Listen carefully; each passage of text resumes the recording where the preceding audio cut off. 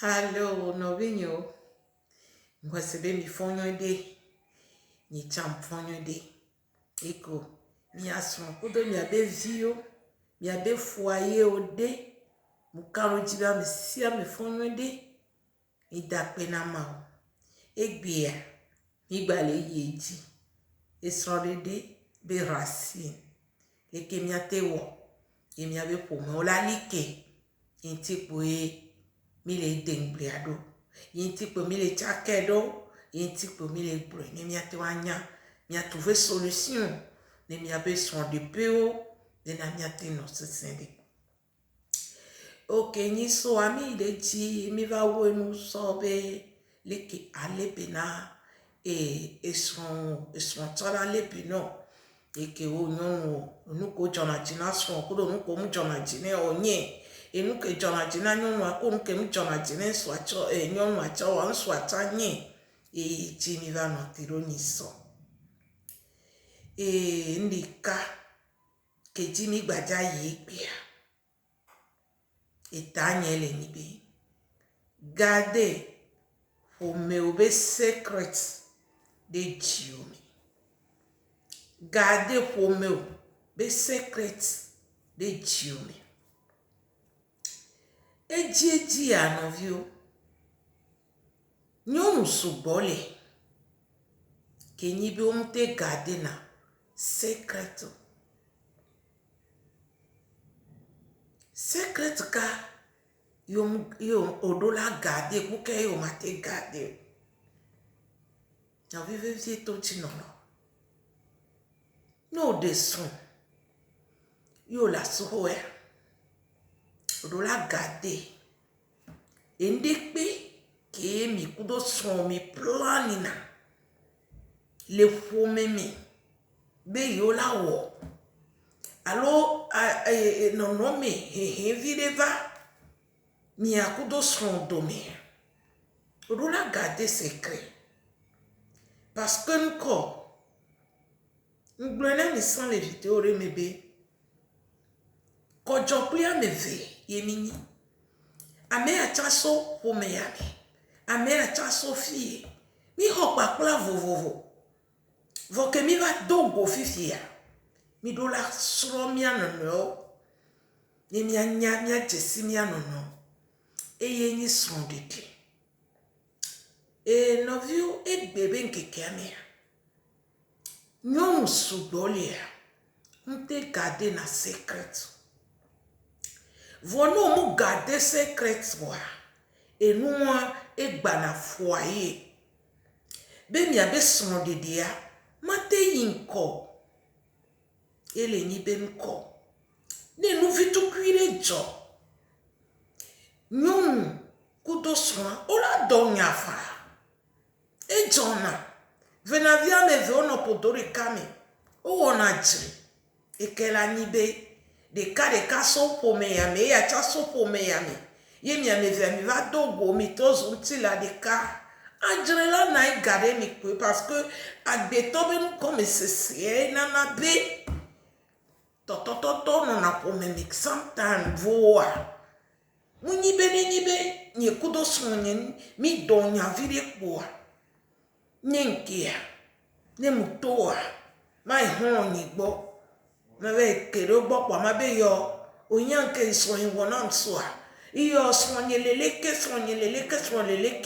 no vio ko o va le bronya wana de donc mais si on me dollars a noter une popopo et nous vit tout qui majo les familles me quoi que mi a glo ne mi a résoudre problème moi bo mi a soto ya gbodi avec po hono pa be yo o se nke soani gba wona ma o po mi be wona ma e glo na beleke no am sina foyo e won yo na be legede mu no na nyonu enu la jole mi kudo sun do me la home mi aglo ne ba vo mi ase mi anono gomi yeji ya nyonu ne nyibe nsumulona bobo na edoko na nyonu mi laisse gomme. Santa men sunyana be afoya ke dele ki aye be nyamujo. Voa. Ela bela so patapa do mi. Vonu ko onyon mo la te wo. E nu ko la te wo ade. O la trova yue. Se mi mla yi fofon mere. Mi mla yi fofon me do de fon. Na yue. Chérie ni. Ndibe ni ba koto mi apompo vi n'enteke. Ne be fon apompo ni. Chérie ni. Opo. Agbe amate no lekio. Ni ba koto opo ni eson oson. Vodi ke mi ate unu agbe ado ye mi abe foye ala te masin. Tare endi oliare eso nyomdo la oli ko po on to pora. Li opompo na mso. Li odo nyanti na mso le ko be so bia. Par exemple, so de doko jibenale. Ne enye opompo no le kiare ela do jijona wa. Alele ko po edo chérie ni. On ko be no poko pona so on pompo na mwede. O mbuna on to es chérie ni. Aso gbe lon be gbe aso pompo ne ba do lamene ne ba se do ko gomme. Ela pronobe ao yemunyo nde kuku. Voi jiji garomea eji muno na mi anyo mo chasi o mi le se gomme. Ne mi ko be mi asron wonde ya do mi ve mi po a. Mi chami wona systema mi le po e nyo mo cha de na be fashion fio bena ne so ne gabe enuke wore ntia muno. Vole mu pata mi anyo moi mi wedo la bobo mi adoko. Si bien que be mi abe nya jochan ne mi ade mi abe lonlon alo mi abe bobo nyenye fiwa mi we la gabo abobo mi adoko afion apompo na mi asombe sonyo boa leke nu adula vo garo mi ato me vena mi anyo mu kakade nu kenso awonti ato me vena mi kakagaro mi tocha no dan tocha na son tocha o matibe adunu kude abe do povo ede ne adunu awo ngba no inini o garo me ni so won kudo ya do me fe ware ne be yi do me yo fike yi o wo nyon no nke awo dan bon jire na danu nwede dudu ke choma chinie jagbagba na de keke nwede fine na do pro dareni ne won to adugbo alesi ajra do koro agba woda wa ajra do koro ne be gbova ento le be jinia ela nya be nke wo kudo wa ni gbova home o la troro de parce que ento nya be enuke wa mu ovo mle di la bobo edo ko la gro no be so nyin gba biji to mu o le se gome donc ele jimene be ni gbova home ni onu ya do me so la no puto me ni be la okudo o ya danu dadeni no danu vo alesi achra do ko perfection fiore ntikeke na anan ne be gbova be o chérie ni wo zon le ko wo vidia ko tro ho ni a o wo surprise nelo e la butan bi emi an po nu ya ke wona nyo ye gbia ye mu le fun be ni mfa ho me la gba lo tukara kuma no no e gba jo to ri kia e la no bu ile be jinelo o la be chérie ni wo zon o le ko wo vidia okay we o kudo jinyo di aso dudu ekusi nenu ne be ave le si ale ku ne pa me yo la kusiro na kusire pa me la lo sire pa me na niveau e la ve le si ne le si va voir ave wa du ni na yi mi ame veni du nu de tu ano ka se ne nya ko mbi e kwa no pie e la no surprise e la no buodo enti le be poto me be agbe ya ke no kuto nyon ya mpu ya ke mpu ne le ke gbe ya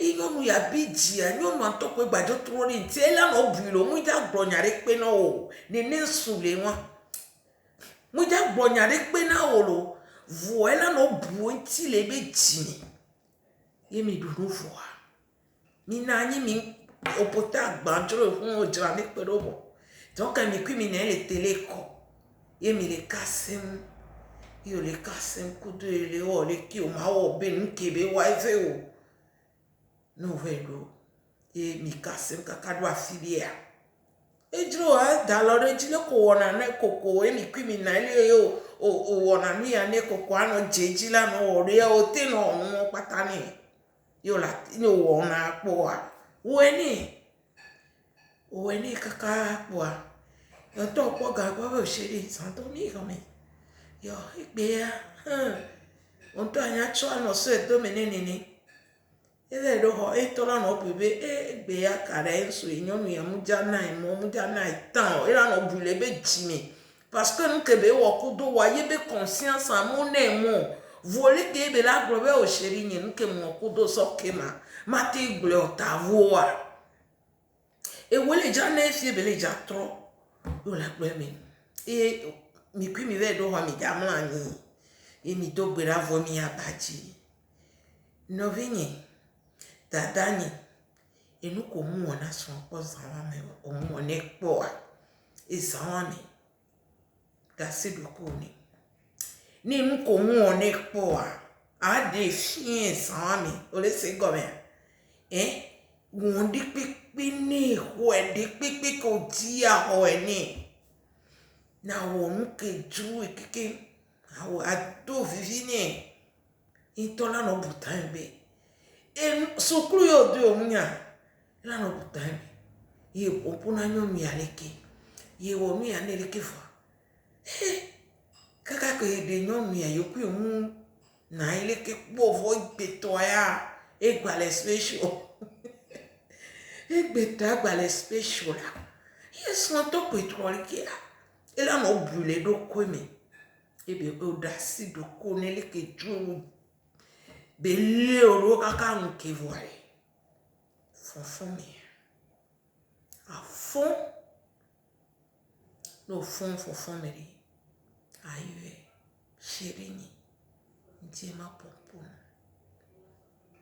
enya de ka efe enya ke nke be gboro no wa lebe popo no do lebe wuwe no do wa so do nyawaji na to ne be nyem le gboro no be ma corriger na de kuku na mo voa nke mtibe anya ile nie ya benali mo ke le to le nomi na won to son ni mo wa to le nyan nyemi den ti o de serini le ki o la te fil do le ki o po be la senti do na po be na de o we keke et la coup 0 degré il va la tourner oh chérie soke yemunya ke wo